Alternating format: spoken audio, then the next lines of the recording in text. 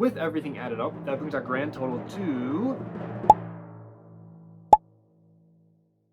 After spending the entire month of June living in the RV, I decided to go back through all of our finances to get an idea of how much everything costs. And I'm making this video in case you're interested in living in an RV and want to know just about estimates of how much things are going to cost, like gas, living, groceries, and things like that. I broke our finances down into 8 categories so we have an idea of where our money is going throughout the month of June. The first category that we're going to be going over today is RV campsites. This is one of the larger expenses of RVing, and we put in an estimate budget of about $1,000 a month for this. We quickly learned that you can pay a premium for some campsites to get hookups for sewage, water, and electric, and these can cost anywhere from $50 to over $100 a night. However, if you just go boondocking and go without hookups, it can cost anywhere from even $10 to $40 depending on your location. Another great resource that we definitely use and got our money's worth for the subscription already is Harvest Host, which costs about $30 a night. This is the suggested how much money you want to give to the local business when you're staying there or just for hookups in general. And some of these Harvest Hosts even had water and electrical hookups, which is an added benefit. Our first week we stayed strictly in Harvest Host because we were traveling all the way from Wisconsin to the west side of South Dakota, and these cost about, like I said, about $30 a night. Once we made it to the Badlands, we stayed at Cedar Pass Lodge Campgrounds, and this was about $30 to $40 a night, and we didn't have hookups here.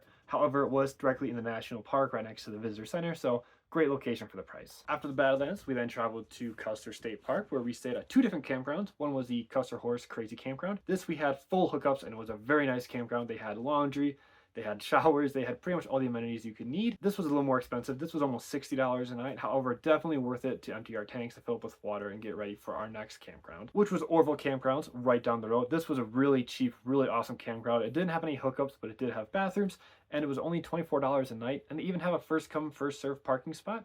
So if you need to stay an extra day or come a day early and it's open, you can do that, and it's super easy to set up. Next, we went to Louisville and stayed in Bighorn Canyon. They had electrical and water hookups for about $35 a night. Stayed there for a week, and it was a very nice campground with great views. Finally, we ended the month by staying one night in Lander for the month of June, and this was a more expensive place, again with full hookups, and it cost about $50 a night. In the month of June, we stayed at over 7 Harvest Hosts, which is great. Definitely got our money's worth for the subscription. And we had a total of 10 nights with some sort of hookups, whether it being electric, water, or sewage. And with all of this, our total for campgrounds for the entire month of June came out to be $878.14. This is actually below what our expected budget of $1,000 was being. However, we were staying at some places that are a little more remote, middle of nowhere, so they tended to be a little cheaper because not a lot of people come through there, like the Badlands for only $40 a night inside a national park. Quickly learned is a very cheap and a very great option. As we're staying out later on in the Grand Tetons and Yellowstones, this is easily to $50 to $60 a night. So Badlands is a relatively affordable national park to go to compared to others, which is great because we ended up needing that money elsewhere as we spent a lot more money than we intended to this month. Our next category we're going to be going over today is gas and fuel, and this ended up being our most expensive category by quite a bit. Put this a little bit into perspective, we drove over 1,300 miles in the RV alone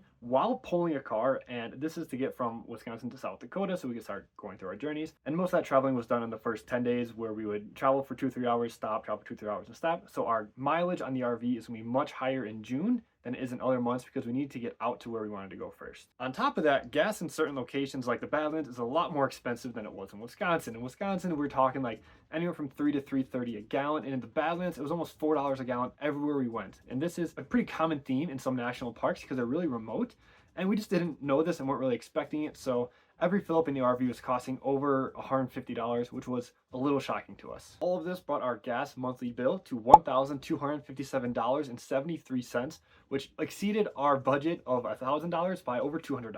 But like we just said, driving the RV was a lot more than we are intending to in the month of July, and I can already tell you that the July gas bill is going to be much lower than the June gas bill because we're not doing as much driving in the RV. Next is going to be our second largest category with groceries and food. This, we also had a budget of about $1,000 a month, just estimating before we travel, and we weren't expecting the price increase in remote areas because food is a lot harder to get, so everything is just $1 to $2 more, which adds up when you get a whole grocery list for a week. On top of this, we also stocked up on some supplements that last us multiple months, such as like protein powders and vitamins and things like that, which we'll just add into that monthly bill, which won't be every month bill, but every couple months on the bill. Our total monthly grocery bill was $1,152.54, which exceeds our expected budget by over $150. However, most of this is due to being in really remote areas. I know when we were in Badlands and we got groceries, it was probably 1.5 times of what it normally is. And we decided that if we stop at bigger, larger chain grocery stores where they have more resources, this tends to be cheaper by $50 to $100 per grocery store run. Our next category is gonna be RV maintenance, and this is gonna be the most fluctuating expense every single month because in June,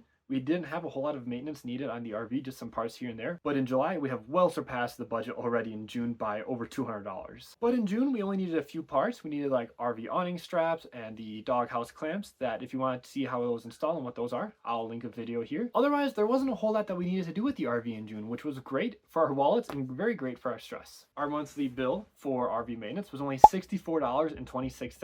And if you think that's extremely low, you are correct. And like I said, July has well exceeded this balance already. And I hope that it stays this low in the future because that would be very nice for our wallets. The next category is going to be one that we kind of made up as a hodgepodge of multiple things, is going to be fun things. And this is going to entail souvenirs, gifts, activities to do in the area, more travel and touristy things than our other necessary travel expenses. Before we set out, we weren't really sure what to set as our monthly budget for this, as some areas will provide really unique things that you kind of need to do if you're going to be in there, like go to rodeos or go to certain theme parks that are the best in the world. And some areas are just not going to have those unique experiences and be more hiking and more free activity. So this is going to be another one of those categories that just fluctuates every single month. Now, when we get souvenirs, occasionally we get a shirt or a hat, maybe once every couple weeks to a month. Most of our souvenirs are stickers and postcards because they're cheap, easy, and don't take up a lot of storage inside the RV. However, we do have two very large expenses. One of them is going to be we rode the 1880s train in Cuss, which is kind of one of those iconic things you need to do if you're in the area. And this costs about $100 for two people to do, but it was many hours, so it was kind of worth it. It was a really cool experience. We're glad we did it. Now, our biggest fun expense had to be cowboy hats, and we wanted to get these because we are out west in the Dakotas and Wyoming and even Montana. We're going to multiple rodeos and western events, and we wanted to really just jump into the full experience and just have as much fun as we could with it. So we decided to stop in Cody, Wyoming to get some cowboy hats, and these cost well over $300 for both of the hats, which is actually relatively cheap for cowboy hats. It's just something that we weren't really expecting to spend that much money on. We were hoping they would be about $100 a hat, which is kind of impossible to find if you want to get a real cowboy hat. So we got some lower quality ones, and we're really happy with them and excited to wear them. And we've already gone to a couple rodeos in them, and we just love them a lot. But they quickly skyrocketed our monthly budget on fun things, bringing our total to $1,072.30. We're not sure what to set as the budget for these fun things because the whole point of traveling in an RV is to do these really cool, fun, and unique things. However, spending over $1,000 a month, probably out of our price range, so we're definitely going to bring this down, hopefully closer to $350 to $500, which if you take out the 1880s train and the cowboy hats, we're right around this price range. Next is one of our smaller categories, which is eating out. We do really enjoy eating out, however, it tends to be a little more expensive, and we like cooking at home, and we eat really late or really early, depending on what we're doing in the afternoon, so it doesn't always line up going to restaurants. Our biggest expense here is we did celebrate our 1-year wedding anniversary, which is a very big deal, so we wanted to spend it somewhere nice. So we went out to Bluebell Lodge out in Custer, South Dakota, and this was a very nice place. We got steak, got appetizers and drinks.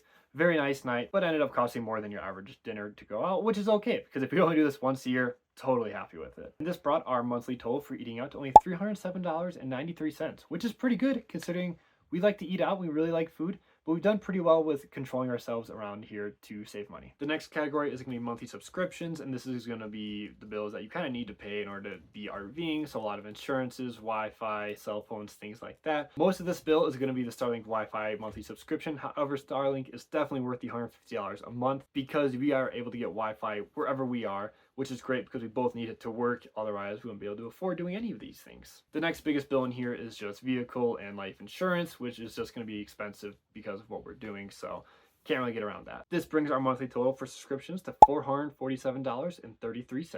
The last category we're going over today may surprise you with how much money we spent here, but it was kind of necessary because we didn't have all the equipment we needed when we RV'd. And we quickly learned that we need to get this to make life a little easier. And we're calling this the miscellaneous purchases throughout the month. These are mainly one-off purchases, mainly from Amazon in this month, that we just need to help fix up the RV and just make our lives a little easier around the RV, that aren't going to be monthly purchases because once we buy them, we don't need to get another one the next month. And just to prove that we don't need it every single month, about half of this budget was spent on our solar-powered battery bank, which we call a Mini Jenny, which has been absolutely great for us. It can power our computers and Starlink for up to half a day, and then we just go into a public library and plug it in and charge it, and then we can use it throughout the night and haven't had any issues with it.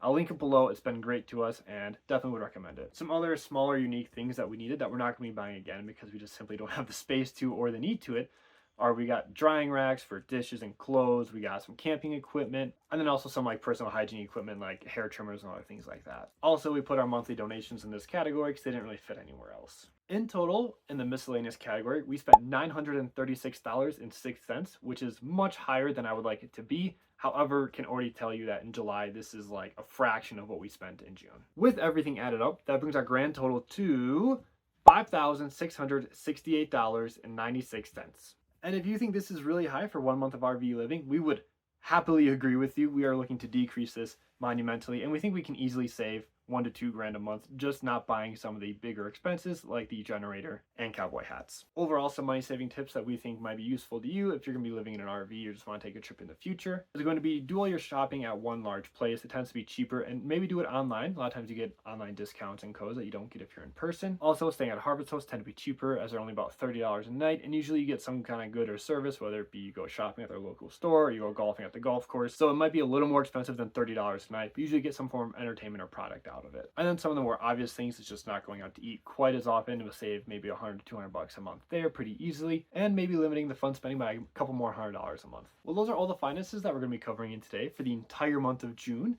Hope this was very helpful to you and gives you insight on how much RV life really does cost. I'm pretty confident that we can easily get this down $1,000 to $2,000 a month. We just had some really unique expenses that aren't going to be monthly expenses going forward. If this was helpful, please give it a thumbs up. Maybe comment on what you think RV living should cost and if we're overspending in some areas and which ways we can save money. And as always, be sure to subscribe. We'll be coming out with a monthly expense report for the next couple months for sure. I'm not sure how long we'll be doing it, but we'll see how this video does. And if you're interested, let us know and we'll keep doing them. So have a great day.